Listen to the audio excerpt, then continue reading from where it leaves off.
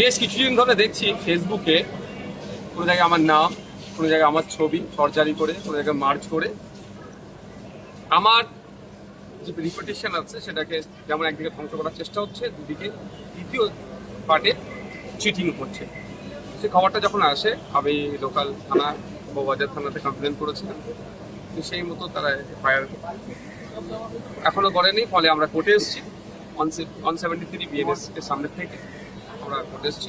ওই সমস্ত যারা অ্যাকাউন্টধারী, যারা অ্যাকাউন্টটা ইউজ করছে তাদের বিরুদ্ধে কমপ্লেন। অর্থাৎ থানায় অভিযোগ জানিয়েও সেটা এফআইআর ট্রিট হলো না। ফলে 173 দিয়ে যখন অপশন আছে আমার কাছে কোর্টে আসার বিএনএস এর, আমরা এসেছি। কোর্ট কি বললো?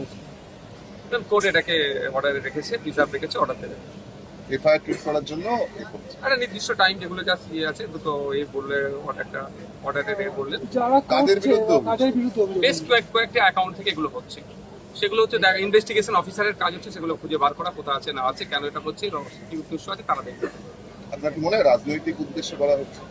রাজনৈতিক আছে, সামাজিকভাবে রাজনৈতিকভাবে আমাকে তো মেলাইন করার অনেক চেষ্টা দীর্ঘদিন ধরে চলে আসছে, সেটা একটা অন্য পার্ট।